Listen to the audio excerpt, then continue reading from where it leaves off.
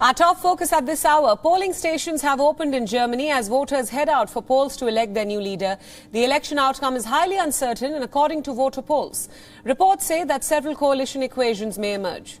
Germany's federal election takes place as Europe prepares to welcome a new political era. Angela Merkel is leaving Germany's chancellor, having served 16 years in what is unquestionably the bloc's longest tenure. Opinion polls project that at least 3 parties will be needed to get a majority at the German parliament. Poll predictions on Saturday point to the centre-left Social Democrats holding a small but narrowing lead over Merkel's CDU-CSU Conservative alliance. The 2017 parliamentary poll saw a rise in voter turnout to around 70%, following a significant drop 4 years before. Over 60 million voters are eligible to cast their ballots in this year's general election. Germany does not follow the presidential system in the United States when electing the chancellor. The top candidate from the winning party usually manages to forge a coalition. The president, who is the ceremonial head of state, then presents this person a candidate for chancellor, who will be approved in a secret ballot by the newly elected members of parliament. Let us now take you through the key political figures that could end up shaping the future of German politics and, of course, the wider European Union as a whole. We begin with Armin Laschet. He became the head of the centre-right Christian Democratic Union Party in January. He has led the German region of North Rhine-Westphalia since 2017. At the start of the election season, Laschet was seen as the most likely successor to Merkel, a fellow member of the CDU herself.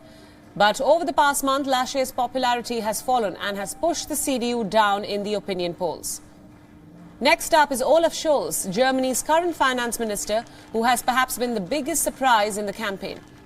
Germany's Socialist Party candidate Scholz has seen his popularity rise after the devastating floods in parts of the country. The SPD is narrowly leading opinion polls. Opposition lawmakers in Germany argue that a socialist chancellor would not be good for the country's finances. Scholz is arguably the most experienced, having not only been finance minister but also vice-chancellor in the current coalition. And then comes Annalena Baerbock, who is a Green Party leader for quite a while. Baerbock was the candidate to watch out for and seen as the main challenger to Laschet. Also at one point, she became the face of a new and younger voice in German politics and contributed to a new approach from the Green Party. But her popularity took a nosedive when accusations of plagiarism emerged. Baerbock has denied any wrongdoing. Her party is currently placing third in opinion polls. Coming now to Christian Lindner, who is the leader of the Liberal Free Democratic Party, which in the past has played key roles in creating coalition governments.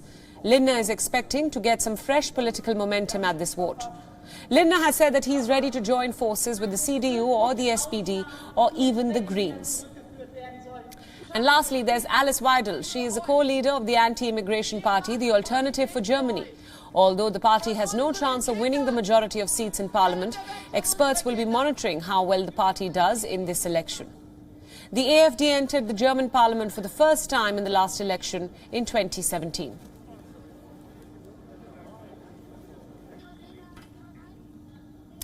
For more on the German election, joining us live on this broadcast is Trent Murray, our correspondent from Berlin. Trent, thanks so much for joining us. Welcome to WION.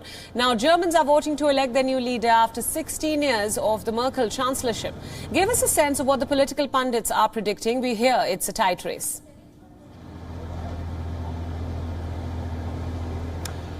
Yeah, well, it's a very sunny day here in Berlin. The sun is shining brightly, but the spotlight is also shining brightly on those candidates that you mentioned there in the introduction. A vast array of names hoping to replace Angela Merkel after 16 long years in office. Polls are open here. People are currently voting, as you say. They will close at around 6 p.m. local time when we do expect the first exit polls to be released, but it is a very close race. Just 2 or 3 points separating those two front runners, Armin Laschet from Angela Merkel's own Conservative Party and Olaf Scholz from the centre-left Social Democrats.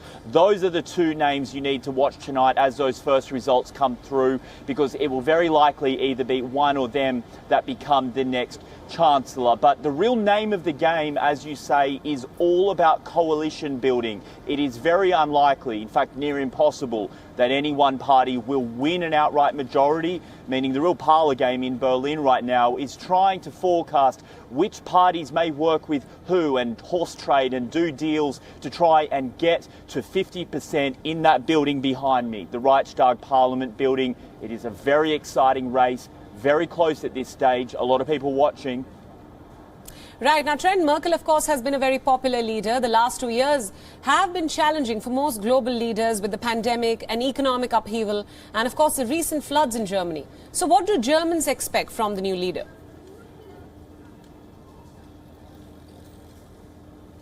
Yeah, it's a very good question. And I've spoken to a lot of voters in the past couple of weeks and asked them how they're feeling about this election. And the word I often hear is pity. Many people say they feel pity that Angela Merkel is leaving. They feel a bit sad. She is a giant of German politics and Europe politics.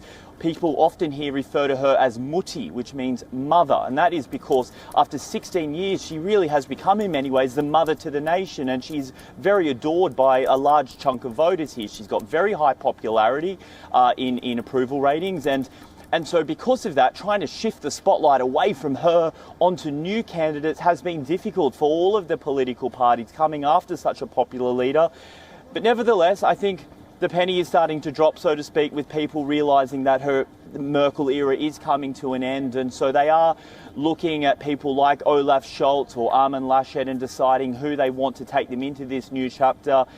The reason I think Olaf Scholz is doing well at this late stage of the race is because he has worked alongside Angela Merkel in her coalition government for the past 4 years as finance minister, as deputy chancellor. Before that, he was the mayor of Hamburg, Germany's second largest city. So I think for many German voters, in him, they are seeing a politician with a lot of experience, a politician that in some ways reminds them of the stable Merkel years and her former government. And I think that experience is now starting to pay dividends for the SPD, which is why going into tonight, as results start to be counted, he does remain the front runner. But as I say, it is close. I wouldn't count Armin Laschet out yet. He is fighting incredibly hard to try and regain the top spot. Trent, thank you so much for all those insights and thank you for joining us on WION at this hour. WION World is now available in your country. Download the app now and get all the news updates on the move.